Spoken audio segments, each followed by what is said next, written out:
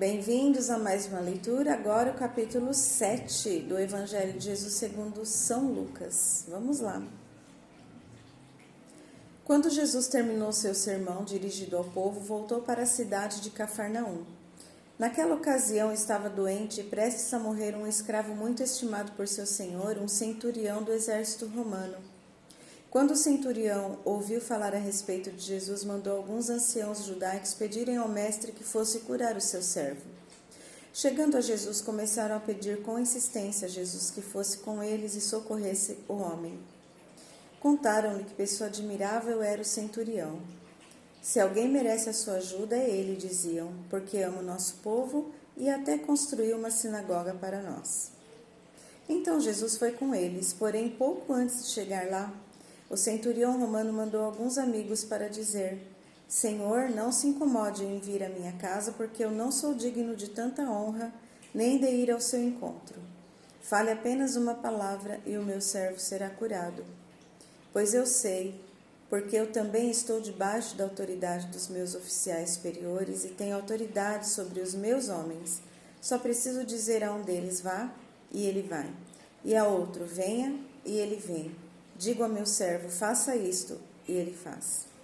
Ao ouvir isso, Jesus ficou maravilhado e, voltando-se para a multidão, disse: Nunca encontrei entre os povos judeus de Israel um homem com tanta fé. E quando os amigos do centurião voltaram para a casa dele, acharam o servo completamente curado. Não passou muito tempo depois, e Jesus foi com seus discípulos a uma cidade chamada Naim, sendo acompanhados pelos seus discípulos e uma grande multidão.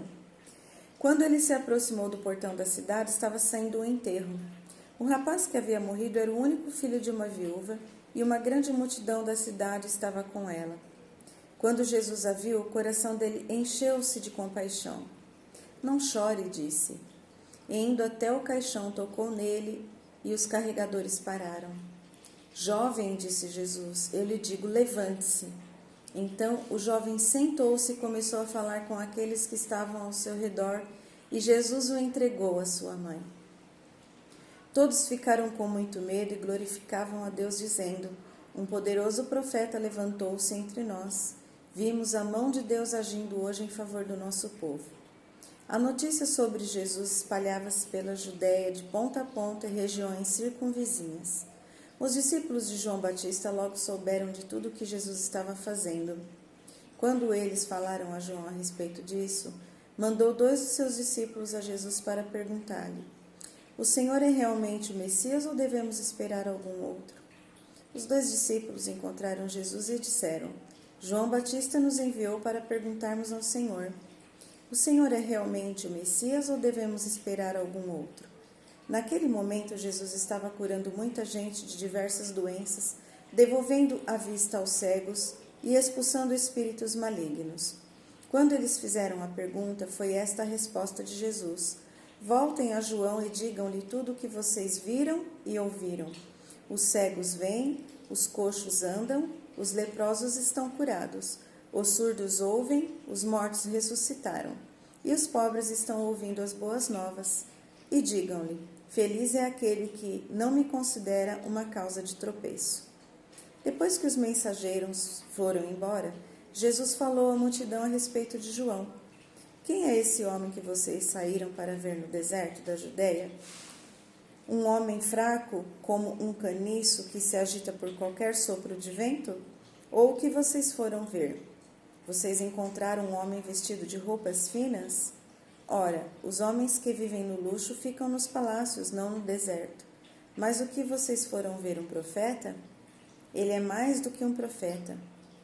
É a ele que as Escrituras se referem quando dizem: Vejam, eu estou mandando um mensageiro adiante do Senhor para preparar o seu caminho. Eu lhes digo que entre os que nasceram de mulher não há ninguém maior do que João, mas o menor no reino de Deus é maior do que ele.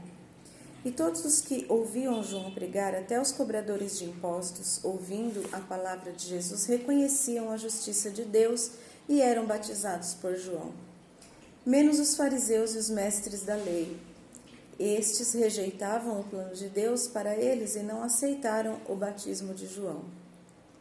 Que posso dizer a respeito de tais homens? Perguntou Jesus. Com que posso comparar os homens dessa geração? São como um grupo de crianças sentadas na praça gritando com seus amigos. Vocês não gostam quando tocamos música alegre e também não gostam quando tocamos música de enterro. Pois João Batista costumava jejuar e não beber vinho em toda a sua vida, e vocês diziam, ele está dominado por um demônio. Então veio o Filho do Homem comendo e bebendo vinho, e vocês dizem, que comilão é Jesus? E ele bebe vinho também e é amigo de cobradores de impostos e pessoas de má fama. Mas aqueles que aceitam a sabedoria mostram que ela é verdadeira. Um dos fariseus pediu a Jesus que fosse almoçar em sua casa e Jesus aceitou o convite. Quando eles se acomodaram para comer, uma mulher prostituta soube que ele estava lá e trouxe um delicado frasco de alabastro com um perfume caro. Ela se ajoelhou atrás de Jesus a seus pés, chorando, até que os pés dele ficaram molhados com as lágrimas dela. Depois ela os enxugou com os cabelos e os beijou, derramando perfume sobre eles. Quando o dono da casa, que era fariseu, viu o que estava acontecendo e quem era a mulher, disse consigo mesmo: isso prova que Jesus não é um profeta, porque se fosse ele, saberia quem está tocando nele, que espécie de mulher ela é, uma pecadora. Então Jesus falou ao fariseu: Simão, tenho algo para te dizer. Pois não, mestre, respondeu Simão. Diga. Um homem emprestou dinheiro a 2 pessoas. Um lhe devia 500 moedas de prata e o outro 50. Porém, nenhum dos 2 podia lhe pagar.